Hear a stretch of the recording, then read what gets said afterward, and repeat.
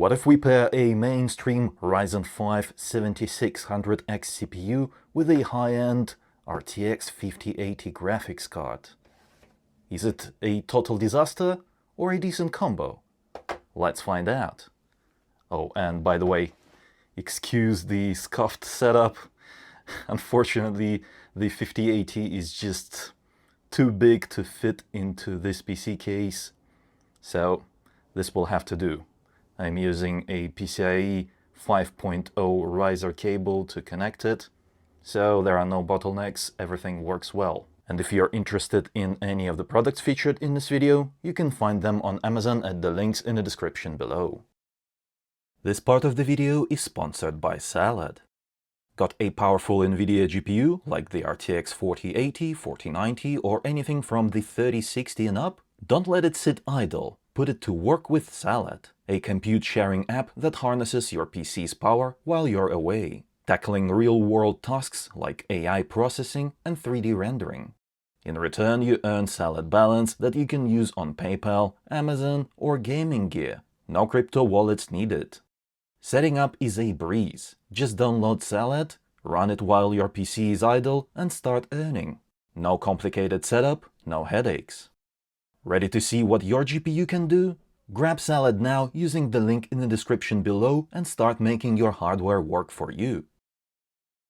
Let's start our testing with a competitive shooter where obtaining a high count of frames per second is going to be our priority. This is Call of Duty Black Ops 6, 1440p resolution, and we're using basic graphics quality preset to maximize the frame rate, and NVIDIA's DLSS resolution upscaling is set to quality mode. Later we'll test native 1440p resolution without any upscaling. It's a good start, above 200 FPS, but we already see a CPU bottleneck, because take a look at that GPU utilization rate. It's at around 80%, even dropping below 80 from time to time. So yeah, the CPU is definitely the weak spot in this setup. But in terms of overall performance, it is nice and smooth. 1% lows are pretty high, and the FPS stays at 200 plus for the most part.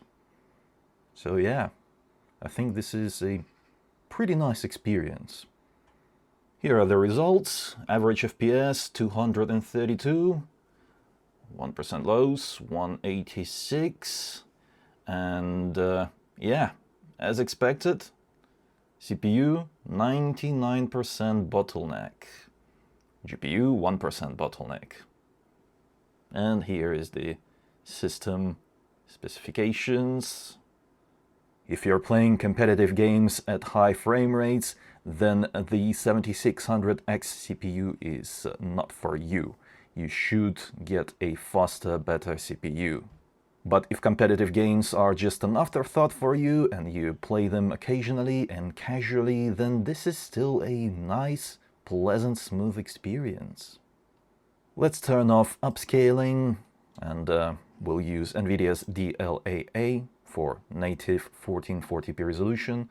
Graphics settings stay on basic. Native 1440p does look sharper and clearer, and the overall performance is, well, quite similar, I would say. Above 200 FPS, and now the CPU is actually doing okay. The GPU is doing a lot of work, close to 100% pretty much all the time, but there are some dips here and there. So still, CPU bottleneck is present. There we go. 180, 190, but mostly above 200. Here are the results at native 1440p resolution. Average FPS is 210, 1% lows 148, which is quite a bit lower than previously. And the CPU bottleneck is at 5%. So yeah, at native resolution, it's doing quite okay. Obviously, if you increase the resolution or graphics quality, then the GPU will have to work harder. That's just how it is. So yeah, if you're a competitive player, then I assume you'll be playing on DLSS set to quality mode at least, to preserve a lot of the image clarity while getting higher frame rates, which is always nice. Next up is a CPU-intensive AAA game, Cyberpunk 2077. There are a certain number of games coming out every year that are extremely CPU demanding for one reason or the other. In this game, the CPU intensity comes from, the number of NPCs on screen. So that would be crowd density setting.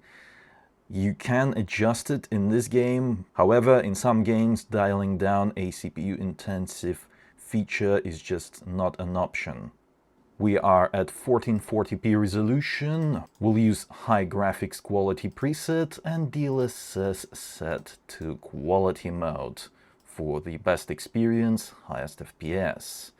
And crowd density is currently set to medium. Let's actually set it to low to maximize the FPS right away, and then we'll increase the crowd density further and further to see, what kind of bottlenecks we are going to run into with the Ryzen 5 CPU. Oh, and I'll turn off film grain, depth of field, motion blur, all of that stuff has to go. Field of view is set to 100. Wow, even on the lowest crowd density setting, the CPU is still bottlenecking this GPU like crazy. The GPU utilization is at around 50%. The FPS is at 120-ish, which is good. This is still a nice experience, although there are dips below 120 from time to time, so if you're counting on just capping your FPS at 120 and playing the game like that, then that's not gonna happen. You'll still get those dips below 120, so the experience won't be as smooth. But still, this is a great experience, no issues whatsoever. I wonder what will happen if we enable ray tracing, because it is heavy on the CPU as well. We'll turn on all of these, as well as ray trace lighting set to ultra. And there we go. The CPU is heavily loaded now, nearing 80% load. Wow. And the GPU is still not fully loaded. It is hovering at around 80%, sometimes reaching close to 90, but yeah. Although we're still getting well above 60 FPS, 90 plus right now actually, so this is still a smooth, nice experience, no issues whatsoever. In an area where there's usually a lot of NPCs, where the CPU usually is heavily loaded, it's still not bad. Well above 60 FPS, actually 70 plus, 80 plus. Yeah, this is fine. This is okay. I think we are ready to actually increase the crowd density and see what happens. We'll keep ray tracing on because there is no reason not to. The GPU is handling it really well. We have a lot of room left over there because it was only utilized 80 to 90%. Let's increase crowd density to medium first. The number of NPCs is now higher. The streets look more vibrant, more populated. And as a result, the FPS is lower. Take a look at that. We're getting more dips below 80 now. Getting really close to that 70 mark, and the GPU is not working as hard.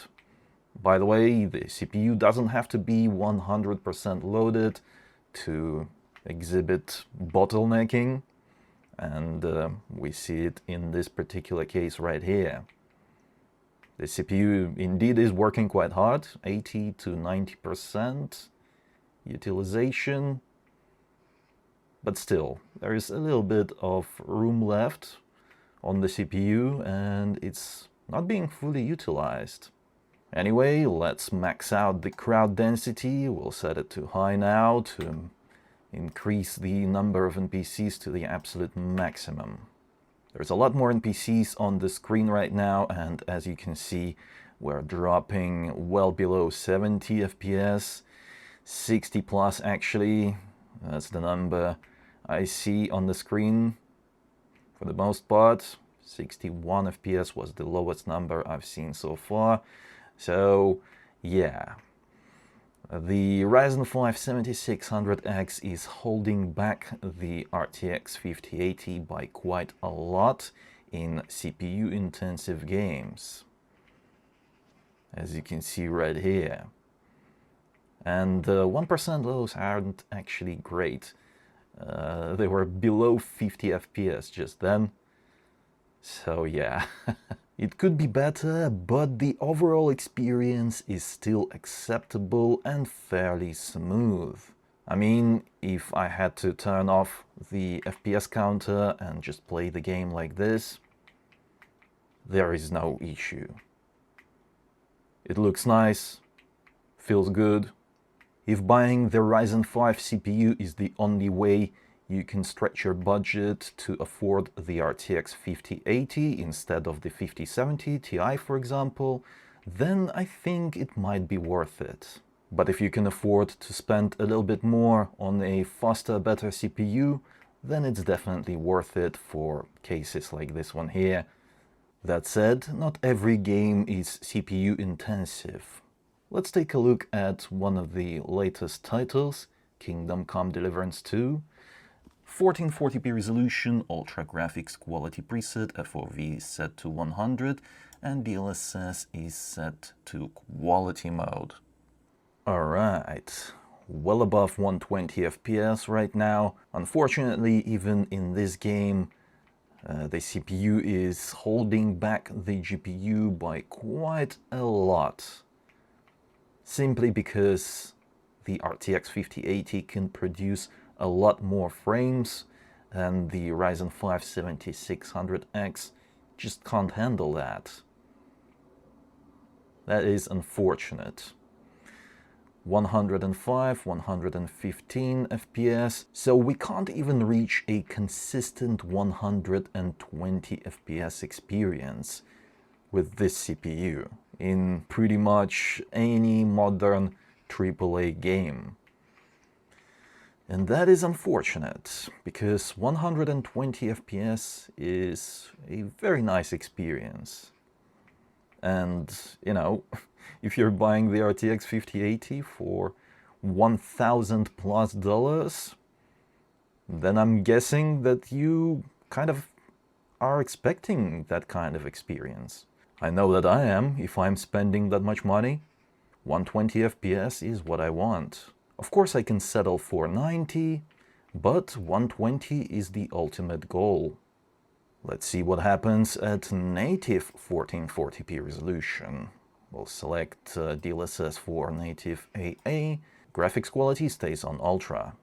Once again, if you increase the resolution or the graphics quality, then the GPU will work harder, but still, the FPS is pretty much kind of meh at this point. We can't reach 120. And if you're okay with capping your FPS at 90, then, you know, maybe it's not that bad. But honestly, I don't think that the Ryzen 5 7600X CPU is a good combination when it comes to pairing it with the RTX 5080. Even for AAA games, it's kind of not enough.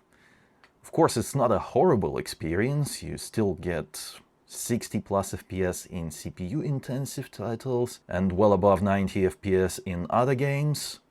So that's pretty good, I guess.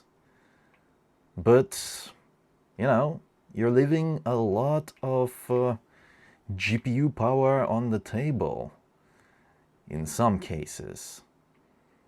Not so much in this one in particular, but in some other cases you are. Although I guess the kind of user this combo would really suit is someone who aims to game at 60 FPS and the highest graphics fidelity possible, so native resolution, highest graphics quality settings.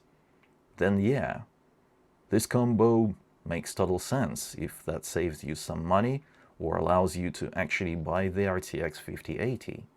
Let me know in the comments below, what do you think about this combo? Do you think it makes sense or not?